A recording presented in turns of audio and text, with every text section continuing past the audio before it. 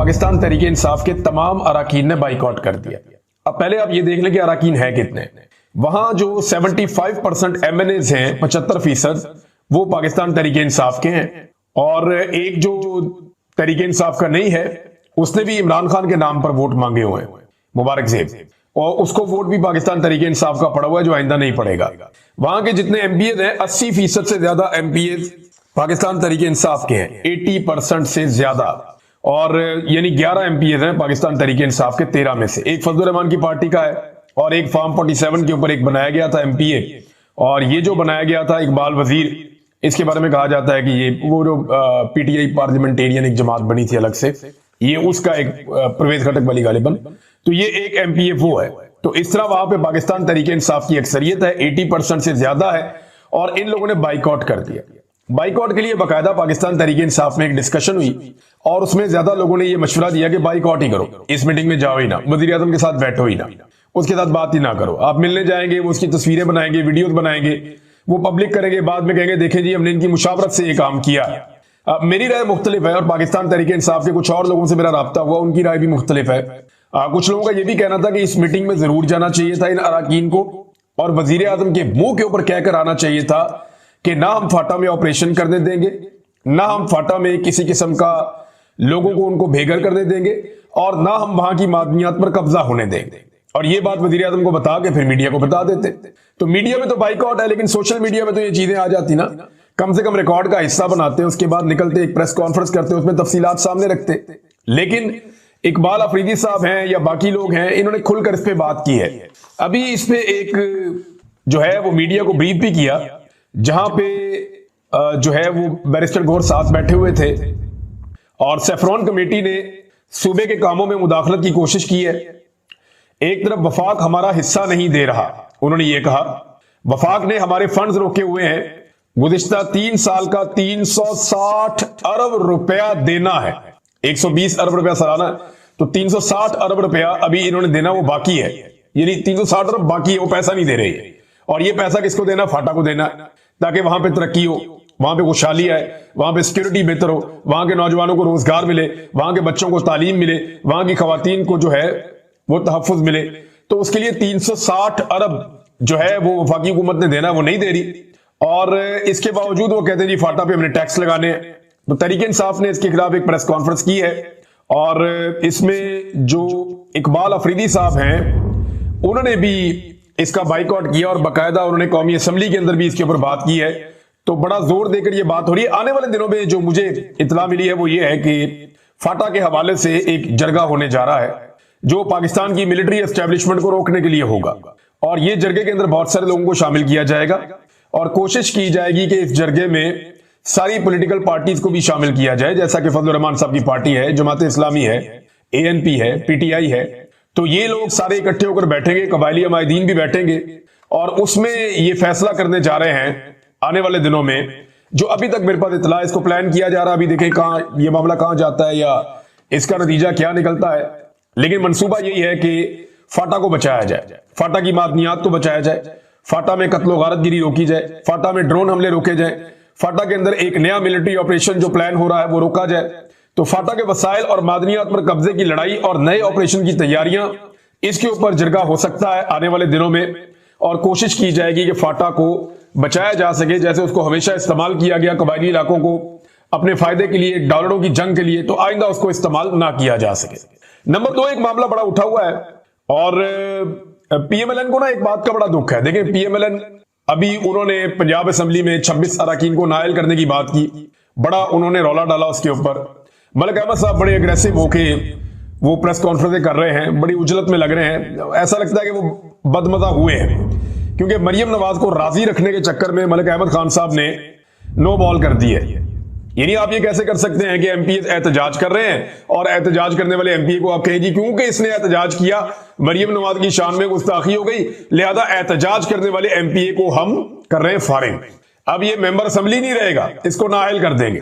हालांकि सारी जिंदगी पीएमएलएन ने एहतजाज ही किया है, पीपल्स पार्टी ने भी एहतजाज किया है, एमक्यूएम ने भी एहतजाज किया है, पीटीआई ने भी एहतजाज किया है। ये कौन सी कोई नई चीज हो रही है?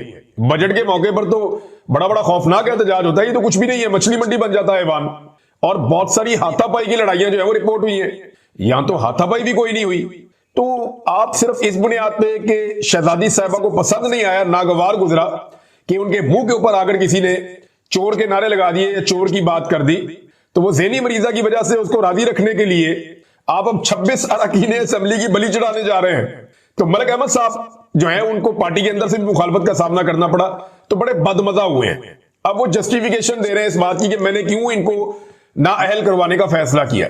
नाअहल तो ये लोग नहीं होंगे, सवाल ही पैदा नहीं होता, और अगर हो गए तो ये खुश नसीब तरीन एमपीएस होंगे, क्योंकि ये एक नई तारीख लिख देंगे कि एहतजाज करने पे और आवाज उठाने पे, अपना जमहूरी हक इस्तेमाल करने पे एमपीएस को ना सिर्फ मुअत्तल किया गया बल्कि उनको नाअहल कर दिया गया। इनका तो बड़ा फायदा हो जाएगा सियासी, इन्हीं के खानदान आइंदा इलेक्शन जीतेंगे, कोई और नहीं जीतेगा, क्योंकि इन्होंने वहां पे आवाम के लिए, आवाम के दुख के लिए आवाज उठाई थी, और जो आवाम पे बम मारा गया बजट का उसके खिलाफ ये लोग बुरे थे। नून लीग की ना एक बड़ी अजीबोगरीब सूरत है और उनका ये दुख भी बहुत बड़ा है। नून लीग को जिसने मारा पिछले चंद सालों में, नून लीग उसी की गोद में बैठी है और नाम भी नहीं ले सकती। हैरत की बात है ना, कैसी अजीबोगरीब सिचुएशन है। नून लीग को मारा था मिलिट्री एस्टेब्लिशमेंट ने, मारा भी ठीक था, ये बहुत सारे सवालों के आज तक जवाब नहीं दे सके। मैं इस बात का हामी नहीं हूं कि मिलिट्री एस्टेब्लिशमेंट मुदाखलत करे या केसेस बनाए या कुछ और करे, ये पाकिस्तान के कानूनी निजाम को यह करना चाहिए, जो एहतसाब करने वाले इदारे हैं उनको यह करना चाहिए, फौज को इससे दूर रहना चाहिए। चाहे कोई करप्ट है या नहीं है, फौज का इससे कोई लेना देना नहीं है। अगर कोई करप्ट है तो जो इदारे करप्शन पकड़ने वाले हैं वो काम करे। तो नून लीग बेशुमार चीजों के जवाब नहीं दे सकी, लेकिन इसके बावजूद नून लीग को जो मारने वाले थे वो मिलिट्री एस्टेब्लिशमेंट के लोग थे। फौज फेंटा लगा रही थी नून लीग को जब उनके साथ ताल्लुकात ठीक नहीं थे। आज नून लीग को फेंटा नहीं लग रहा, आज अवाम उनके खिलाफ हो गई उनकी हरकतों की वजह से, तो नून लीग अपना दुखड़ा सही तरह सुना भी नहीं सकते। वो बताना चाहते हैं, रोना चाहते हैं, वो ये कहना चाहते हैं कि उनको मारा है एस्टेब्लिशमेंट ने, मिलिट्री एस्टेब्लिशमेंट ने, लेकिन वो ये कह नहीं सकते, उनका नाम ले नहीं सकते, क्योंकि आज वो खुद जुल्म का हिस्सा है, आज वो खुद जालिम है और जालिम के साथ खड़े हुए हैं। उसी एस्टेब्लिशमेंट की गोद में बैठ के ये इक्तदार में आ गए हैं और उन्हीं के जूते पॉलिश कर रहे हैं। लिहाजा नून लीग की सिचुएशन बड़ी ऑकवर्ड है। पीटीआई वाले तो फिर भी कह देते हैं ना हम दौरे जहालत में थे, हम जनाब कुछ और समझते थे मिलिट्री एस्टेब्लिशमेंट को। पीटीआई वाले तो उनकी पसली बड़ी मोटी है इस मामले में, उनका लीडर भी और ये जमात भी, वो अपनी गलती मान लेते हैं। इमरान खान पाकिस्तान का वाहिद पॉलिटिकल लीडर है जो साफ कहता है हाँ मेरे से गलती हुई, मैंने क्यों ये एक्सटेंशन दी, मैंने क्यों इस पे भरोसा किया, मेरी मिलिट्री एस्टेब्लिशमेंट के बारे में सोच फॉर द टाइम बीइंग वो गलत थी उस वक्त और मैंने गलत किया। तो ये कितनी अच्छी बात है कि वो अपनी गलती मान लेते हैं। लेकिन पीएमएलएन का इतना बड़ा प्रॉब्लम है कि वो सही तरह रो भी नहीं सकते, वो बता भी नहीं सकते कि उनको मारा किसने। वो बेचारे इमरान खान पे इल्जाम लगाते हैं जिसने उनको क्या मारना था। सारे केसेस तो इमरान खान की हुकूमत आने से पहले के बने हुए थे। जिन मिलिट्री एस्टेब्लिशमेंट के लोगों ने इनको मारा वो उस मिलिट्री एस्टेब्लिशमेंट को पिन पॉइंट नहीं कर सकते, बेचारे करते हैं तो फिर अंदर से उनपे सख्ती हो जाती है। तो नून लीग की बड़ी अजीबोगरीब सूरत हाल है, जिसने उन्हें मारा उसी की गोद में बैठे और इस डर से नाम नहीं लेते कि दोबारा ये हमें गोद से उतार देंगे। अब साजिश ये है कि पीटीआई को दबाया जाए, डराया जाए कि आपके अरकान नाअहल हो जाएंगे। मेरे ख्याल में पीटीआई को बैक फुट पे नहीं जाना चाहिए, फ्रंट फुट पे आना चाहिए और कहना चाहिए जी करने नाअहल तो करो बंदे, हम देखते हैं तुम कैसे करते हो। यहां अदालतें भी मौजूद हैं, अदालतें इंसाफ ना दें तो एक्सपोज करें पूरे निजाम को। असेंबली में बैठ के कौन से आप झंडे गाड़ रहे हैं या कानून साजियां कर रहे हैं, अगर ये बाहर भी निकाल दें तो इससे क्या फर्क पड़ता है। ये निजाम मजीद नंगा होगा, मजीद एक्सपोज हो जाएगा, बैक फुट पे जाने की जरूरत नहीं है। ये सिर्फ मरियम नवाज के सामने इन एमपीएस को झुकाने की एक कोशिश है। यानी अगर ये कर देंगे ना तो एक बदतरीन मिसाल पीएमएलएन के और इलेक्शन कमीशन के गले चिपक जाएगी। इलेक्शन कमीशन भी मैं देख रहा था, यहां पे उन्होंने एक प्रेस रिलीज जारी की है, वो पढ़ के हैरान हो रहा था कि एक पॉलिटिकल पार्टी भी दूसरी पॉलिटिकल पार्टी को ऐसे नहीं मारती जैसे इलेक्शन कमीशन टारगेट करता है पाकिस्तान तहरीक इंसाफ को। इलेक्शन कमीशन की आप अगर प्रेस रिलीज देखें तो वो कैसे जस्टिफाई कर रहे हैं मलिक अहमद के साथ मुलाकात को, फिर बता रहे हैं हम पीटीआई के लोगों से भी मिलते रहे हैं, पीटीआई का नाम ले रहे हैं और किसी जमात का नाम नहीं ले रहे हैं। वही हम शाह महमूद कुरैशी साहब से भी मिले हैं, हम जो है ना वो असद उमर से भी मिले हैं और बाकी लोगों से भी मिले हैं, उस्मान बुजदार से भी मिले, बाकियों का नाम नहीं ले रहा जनाब। हम ईवीएम के चक्कर में मिलना चाहते हैं, इसमें मिलना चाहते हैं, उसमें मिलना चाहते हैं और फिर एंड में पीटीआई के ऊपर इल्जामात और पीटीआई के सवालों के जवाब और उनके ऊपर जो है वो एक नया प्रोपेगेंडा। ये इलेक्शन कमीशन ऑफ पाकिस्तान की हकीकत है कि इस वक्त इलेक्शन कमीशन ऑफ पाकिस्तान एक पॉलिटिकल पार्टी का रोल प्ले कर रहा है। इलेक्शन कमीशन ऑफ पाकिस्तान को अपना जाती सिंबल लेकर इलेक्शन में उतर जाना चाहिए और पीटीआई के खिलाफ इलेक्शन लड़ने की कोशिश करनी चाहिए। पाकिस्तान तहरीक इंसाफ जब इलेक्शन लड़ती है ना उनका एक उम्मीदवार, तो वो इलेक्शन कैसे होता है देखें। एक तरफ अवाम है और पाकिस्तान तहरीक इंसाफ है, और दूसरी तरफ कौन है?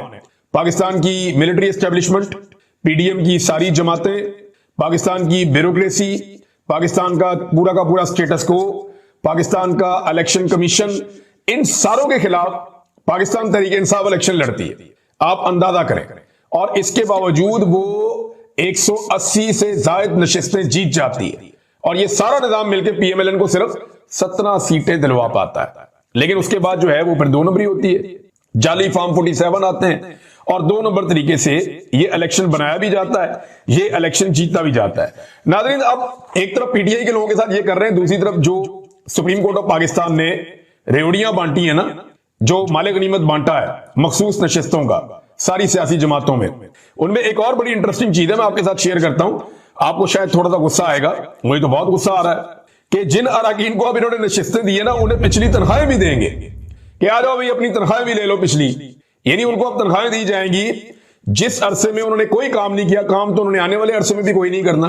काम करने वाली अगर ये शक्लें होती तो पाकिस्तान का आज हुलिया कुछ और होता। ये पिछली कई दहाइयों से पाकिस्तान के ऊपर मुसल्लत है ये सियासी खानदान, इन्होंने टके का पाकिस्तान का फायदा नहीं होने दिया।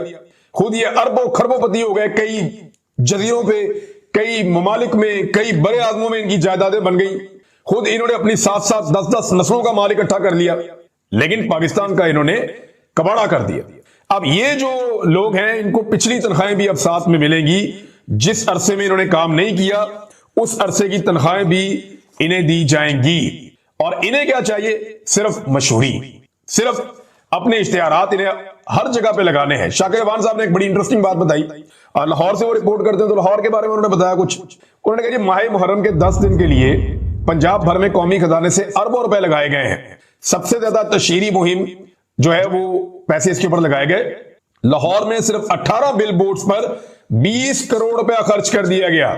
सिर्फ 18 बिल बोर्ड लाहौर में ऐसे लगे जिन पे 20 करोड़ रुपया 10 दिन के लिए इन्होंने कौम का झोंक दिया। कितना शौक है ज़ेनी मरीजा को अपनी तस्वीरें हर जगह पे देखने का। कितना शौक है कि मैं हर तरफ, हर चौक में नजर आऊं, हर जगह पे नजर आऊं, हर सड़क पे मेरी शक्ल लगी हुई हो, हर जगह पे मैं ही दिखाई दूं और कोई और दिखाई ना दे। अंदाजा करें आप इनकी सूरत हाल का। और अब कानून एक और इन्होंने बना दिया है। कानून यह बना दिया है कि आप तशहीर के मुतालिक जितना भी पैसा खर्च करेंगे कोई पूछ नहीं सकता। ये इन्होंने असेंबली के अंदर कानून बनाया कि अपनी तशहीर के ऊपर ये जितना भी पैसा लगाएंगे कोई इनसे उस पैसे के बारे में सवाल नहीं कर सकता, और ना ही कोई कानूनी कार्रवाई कर सकता है। मेरे ख्याल में सबसे पहले तो इस कानून को चैलेंज किया जाना चाहिए ताकि ये कानून रिवर्स हो। लेकिन पंजाब के अंदर इनकी अपनी जो है, लाहौर में हाई कोर्ट भी इनकी अपनी मर्जी की बनी हुई है, सुप्रीम कोर्ट ऑफ पाकिस्तान भी अपनी मर्जी की बनी हुई है। लेकिन दरवाजा खटखटाना जो है वो जरूरी है। अदालत का दरवाजा खटखटाना जरूरी है, वो खोले या ना खोले, लेकिन दरवाजा खटखटाना जरूरी है। नाज़रीन, बिजली के बिलों में जो पाकिस्तानियों के साथ जुल्म और जबर किया जा रहा है ना, उसके ऊपर अब एक तहरीक उठाई है सेनेटर मुश्ताक साहब ने, और कुछ फैक्ट्स भी उन्होंने सामने रखे हैं। बड़े दिलचस्प फैक्ट्स हैं। एक तो 1 दर्जन से ज्यादा जालिमाना टैक्स आपके बिजली के बिल में आपको आते हैं और भारी बिल आपको वसूल हो रहे हैं। एक शहरी के बारे में उन्होंने बताया कि ये एक शहरी है हजर हुसैन आजिज, तो ये इसको जो बिल आया मई के महीने में 194 यूनिट आता है, तो 2211 रुपए इसको बिल आ जाता है। और जून के महीने में सिर्फ इसको लगभग कोई 38 यूनिट ज्यादा बिल आ गया। सिर्फ 38 यूनिट तकरीबन इसको ज्यादा बिल आ गया। 6 यहां से और 3 9, हाँ 38-39 यूनिट इसको ज्यादा बिल आ गया। मैक्सिमम 38 यूनिट ज्यादा बिल आ गया इसको जून के महीने में। और इसका जो बिल बढ़ गया उसकी वजह से वो 6,500 रुपए बढ़ गया। यानी 227 यूनिट का बिल है 8,694 और 194 यूनिट का बिल है 2,211। 6,500 का फर्क है। और यूनिट कितने बीच में? सिर्फ और सिर्फ 38 यूनिट। ये पाकिस्तान में जालिमाना स्लैब सिस्टम इन्होंने लगाया हुआ है। और मैप्को का एक ऑफिसर है, उसका बिल भी इन्होंने सामने रखा। ये एक अफसर है जो बिजली के महकमे में काम करता है, उसने 895 यूनिट इस्तेमाल किए, 895 यूनिट, और उसका बिल आया 1200 रुपया, 1201 रुपए। यार 1200 रुपया बिल लगभग 900 यूनिट इस्तेमाल करने वाले का, और 225 यूनिट इस्तेमाल करने वाले का बिल लगभग 8700 रुपीज। अंदाजा करें इन्होंने कितनी ज्यादती की पाकिस्तानियों के साथ। अब वो ये कहते हैं जी जजों के, जर्नैलों के, पार्लियामेंटेरियन के, तमाम अफसरान के जो मुफ्त बिजलियां उनको मिल रही है ना, या सब्सिडी मिल रही है, वो सारियां बंद करो। और आवाम से जो बिल है ना वो बगैर टैक्सेस के ठीक वाला बिल लें, ताकि आवाम को थोड़ी होश आए। आवाम को तो आपने बिलों के अंदर ही जकड़ दिया पकड़ के, किरायों के अंदर जकड़ दिया पकड़ के, दवाइयों के अंदर जकड़ दिया पकड़ के, खुराक के अंदर। पाकिस्तान के अंदर नौजवान ग़िज़ाई किल्लत का शिकार हो रहे हैं, इसके ऊपर कोई बात ही नहीं करता। ग़िज़ाई किल्लत का लगातार पाकिस्तानी बच्चे और नौजवान शिकार हो रहे हैं। लोगों की ग्रोथ रुकी हुई है, लोगों की ज़हनी और जिस्मानी ग्रोथ रुकी हुई है। यह किसी कौम के साथ इससे बड़ी ज्यादती हो नहीं सकती, नहीं हो सकती। वो ममालिक जहां पे कल तक ग़िज़ाई किल्लत होती थी, वो अपने आप को खुद को फील करके चले गए। वहां पे बेहतरीन एथलीट पैदा हो रहे हैं, बेहतरीन दिमाग पैदा हो रहे हैं। और पाकिस्तान जहां पे बेहतरीन माहौल हुआ करता था, आज पाकिस्तान के अंदर हालात क्या है वो आपके सामने। मैं इस पे आपको और क्या बताऊं। नाज़रीन, कोट लखपत जेल को एक तरह से नो गो एरिया बना दिया गया है। और इस पे जो रिपोर्ट है वो रिपोर्ट ये बताती है कि कोट लखपत एरिया के अंदर बहुत सख्ती कर दी गई है और वहां पे जो लोग जाते हैं कवरेज करने के लिए, उनको भी बाहर दूर रोक दिया जाता है। और ऐसा लगता है कि अब ये फैसला कर दिया गया है कि कोट लखपत जेल के मुकीम जितने भी कैदी हैं उनको सख्त सजाएं आने वाले दिनों में सुनाई जाएंगी। और जो लोग कह रहे थे कि एस्टेब्लिशमेंट ने होश के नाखून कर लिए हैं, एस्टेब्लिशमेंट ने अपना किबला बदल लिया है, एस्टेब्लिशमेंट अब जो है वो नाइंसाफी बंद करने वाली है, या पाकिस्तान तहरीक इंसाफ के लोग, क्योंकि मैंने आपको एक खबर दी थी ना, मैंने आपसे कहा था कि यास्मीन राशिद साहब और शाह महमूद कुरैशी साहब को छोड़ने का एक दावा किया जा रहा है, लेकिन साथ ही मैंने आपको यह कहा था कि मैं इस पे यकीन नहीं करूंगा जब तक वो छूट नहीं जाएंगे। उसकी वजह यह है कि एस्टेब्लिशमेंट हमेशा धोखा देती, ये लोगों को चक्कर देते हैं। और अब एक तहरीक ही शुरू करनी पड़ेगी पाकिस्तानियों को, और उस तहरीक के लिए तैयारियां हो रही हैं। देखते हैं ये तहरीक क्या रुख इख्तियार करती है। एक और खबर नाज़रीन मैं जाते जाते आपको दे दूं, और ये भी एक अहम खबर है और बड़ी जबरदस्त खबर है। आप सुनेंगे तो आपको बड़ा मजा आएगा। एक और ओहदा जो है वो मेजर जनरल साहब हैं, एक उनको मिल गया। मैं आपके सामने उनका नाम भी रख देता हूं। जी नाज़रीन, ये हैं जी मेजर जनरल इरफान अरशद साहब। इन्हें पाकिस्तान स्पोर्ट्स बोर्ड के मेंबर के तौर पे तैनात कर दिया गया है और पाकिस्तान स्पोर्ट्स बोर्ड ने इसका एलामिया जारी कर दिया है। मेजर जनरल साहब अभी तक जो है वो ये हाजिर ड्यूटी हैं, क्योंकि इनके साथ रिटायर का लफ्ज नहीं लिखा हुआ। और इससे पहले इरफान अरशद साहब को इलेक्ट किया गया था प्रेसिडेंट ऑफ पाइन क्लब, और एक माह पहले इनको प्रेसिडेंट ऑफ पाइन क्लब बनाया गया था। बड़ी इन पे नवादिशात हो रही हैं, ये हिलाले इम्तियाज भी हैं और इन्हें अल्हम्दुलिल्लाह, और इन्हें जो है वो पहले एक ओहदा मिला, एक अनअपोज्ड इलेक्शन ये जीते, यानी इलेक्शन में इनके मुकाबले में कोई भी नहीं आया, जैसे आसिफा जरदारी के मुकाबले में कोई नहीं आ सका था। तो यहां पे मेजर जनरल इरफान अरशद साहब के मुकाबले में कोई नहीं आया और वो अनअपोज्ड बन गए president alpine club of Pakistan के। और ये एक महीना पहले की खबर है, और अब उन्हें जो है वो बना दिया गया एक और ओहदे के ऊपर, और ये ओहदा है पाकिस्तान स्पोर्ट्स बोर्ड के मेंबर के तौर पे उन्हें तैनात किया गया है, ताकि फ्यूचर में वो इस बोर्ड के चेयरमैन भी बन सके। अभी वो मेंबर रहेंगे, बाद में उन्हें वो ओहदा भी मिल जाएगा। तो ये चल रहा है जनाब, पाकिस्तान में कोई ओहदा या कोई इदारा या कोई जगह रह तो नहीं गई जहां पे मेरा कोई भाई जो यूनिफॉर्म में है वो तैनात ना हुआ हो। मेरा नहीं ख्याल कोई जगह रह गई है, वैसे जगह हम ढूंढते हैं। अब मेरे ख्याल में हमें चाहिए कि हम निशानदेही करते रहा करें कि ये वाला इदारा रह गया है जहां पे मेरा कोई बावर्दी भाई नहीं है या कोई बावर्दी ऑफिसर नहीं है। तो हमें चाहिए कि हम निशानदेही करना शुरू करें। हमें थोड़े से तो इदारे रह गए होंगे, तो हमें चाहिए कि हम वक्तन फवक्तन बताते रहा करें कि ये जगह बच गई है, यहां पे एक सीट क्रिएट की जा सकती है और हमारा एक भाई आके यहां पे एडजस्ट हो सकता है, ताकि मुल्क जो है वो बेहतर सिमत में आगे बढ़ सके।